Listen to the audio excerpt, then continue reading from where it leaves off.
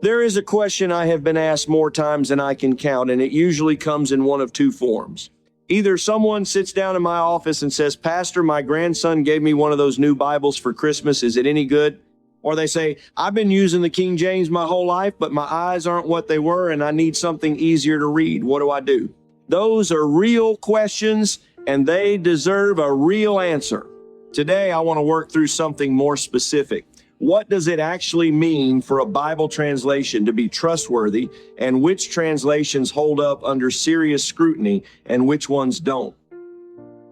The short pastoral answer is this: not every Bible on the shelf at your local bookstore is equally faithful to the original text, and the differences are not merely stylistic. Some translations make choices that soften, obscure, or in a few cases actually contradict what the Greek and Hebrew manuscripts say. That matters for your soul.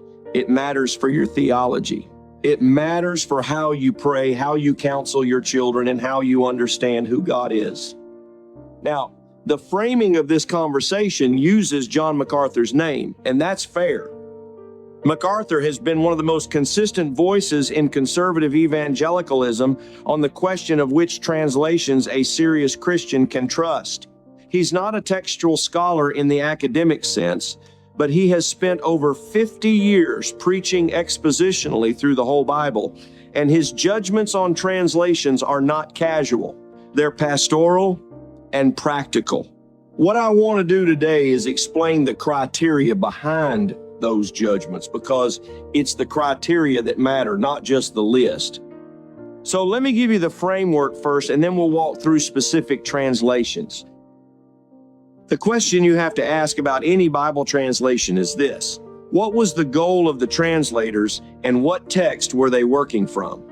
Both matter enormously. On the question of goal, there is a spectrum. On one end, you have what scholars call formal equivalence, word-for-word translation as closely as the target language allows. On the other end, you have dynamic equivalence, thought for thought, where the translator interprets the meaning and renders it in natural modern language. And beyond that end of the spectrum, you have paraphrase, where the translator is essentially writing his own version of the Bible.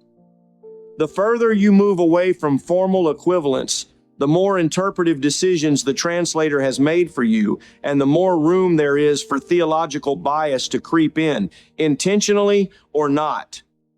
On the question of which underlying text, the Old Testament almost universally uses the Masoretic text, the Hebrew manuscript tradition preserved by Jewish scribes for centuries. That's not seriously disputed. The New Testament is where the debate lives. The two main textual traditions are the Textus Receptus, which stands behind the King James family of translations, and the critical text, which is compiled from earlier manuscripts including Codex Sinaiticus and others, and stands behind most modern translations. I'm not going to turn this into a textual criticism lecture, but you need to know there are differences between those traditions, and some of those differences touch meaningful theological passages. Serious translators acknowledge this. Serious pastors tell their congregations about it. Now let's talk about translations that fail the test. The first and most obvious is the message. Eugene Peterson was a pastor, and I have no doubt he loved God, but the message is not a translation. It is a paraphrase built on interpretation, and in passage after passage, it substitutes Peterson's cultural intuitions for the words of Scripture. Romans 12:2, which in the ESV reads, "Do not be conformed to this world, but be transformed by the renewal of your mind," becomes in the message something about not fitting into the culture around you, which sounds close, but the Greek word there is metamorphose, from which we get metamorphosis. That's not a lifestyle suggestion. That's a word about the supernatural renovation of the inner man. When you smooth that into casual modern prose, you lose the weight of it. The message has no place as a primary Bible for anyone who wants to understand what Scripture actually says. The New Revised Standard Version, the NRSV, fails for a different reason. Its translators made deliberate choices to use gender-inclusive language in ways that the original text does not support. Genesis 1:27 says, God created man. The Hebrew is ha-adam, which carries the sense of humanity but is grammatically masculine. The NRSV's handling of such passages is driven not by the text, but by a theological and social agenda that was already in motion before the translators sat down. MacArthur has been direct about this. When a translation committee's theological commitments override the text, you don't have a translation anymore. You have an argument dressed up as a Bible. The New World Translation, the Jehovah's Witnesses Bible, must be named plainly, even though it is in a different category from the others. It is not a Protestant translation with some bad choices. It was constructed by people with a predetermined denial of the deity of Christ and then reverse engineered to match that denial. John 1:1 in the Greek says, and the Word was God, theos, without the definite article but used as a predicate nominative, which in Greek grammar identifies the nature of the subject.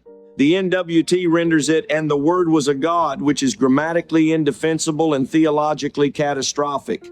No Christian should have one of these in their home as a reference tool.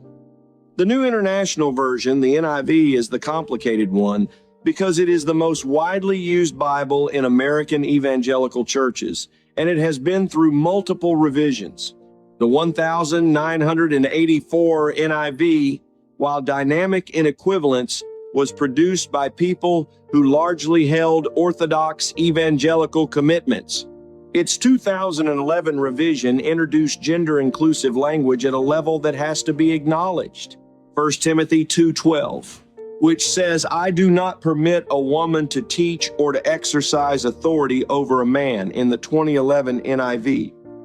This is rendered in a way that changes the force of the Greek word authentine. MacArthur has said plainly that the 2011 NIV revision moved in a direction that accommodates egalitarian theology at the expense of the text. That is a serious pastoral concern. The New Living Translation and the Contemporary English Version both belong in the dynamic equivalence category and share similar problems. They make so many interpretive decisions at the translation level that what you're reading is already half commentary.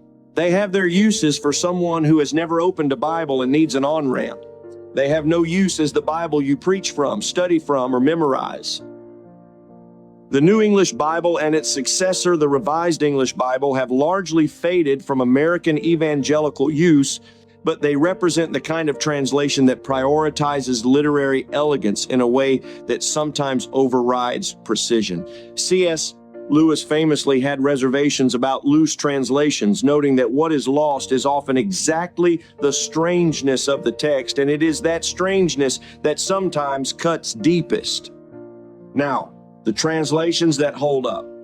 The English Standard Version, the ESV, is where MacArthur has landed for much of his recent work, and for good reason. It stands in the formal equivalence tradition.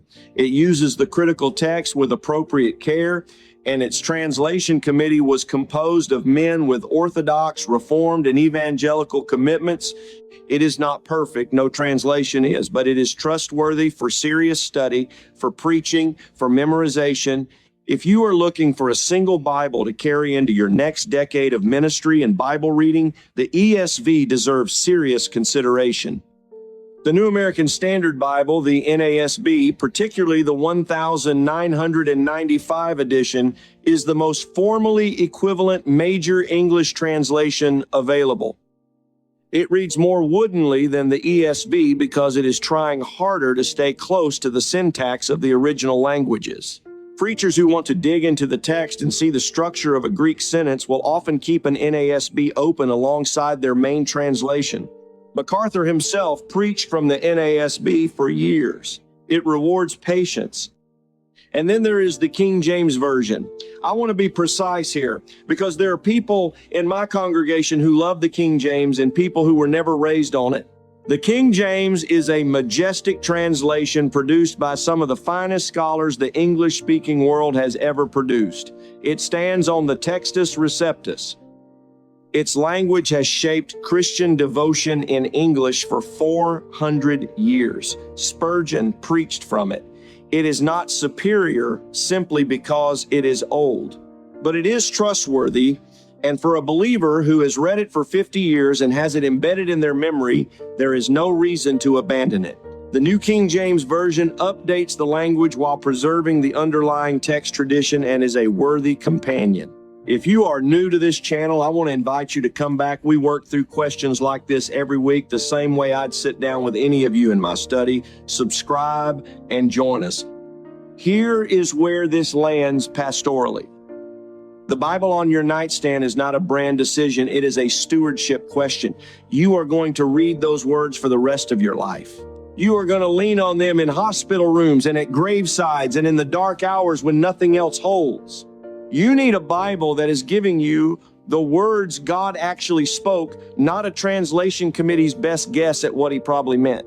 That requires a translation that takes the text seriously, formally, equivalent where possible, theologically orthodox in its handling of contested passages, and produced by people who believed they were handling the word of the living God.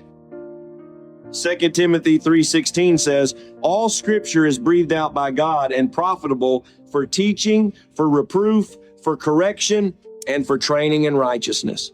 The Greek word is theopneustos, God-breathed. That word matters. Every word in it matters. Choose the Bible that fights hardest to give it to you. If you have a question about a specific translation I didn't cover today, leave it in the comments and it may become the next video. God bless you and keep reading.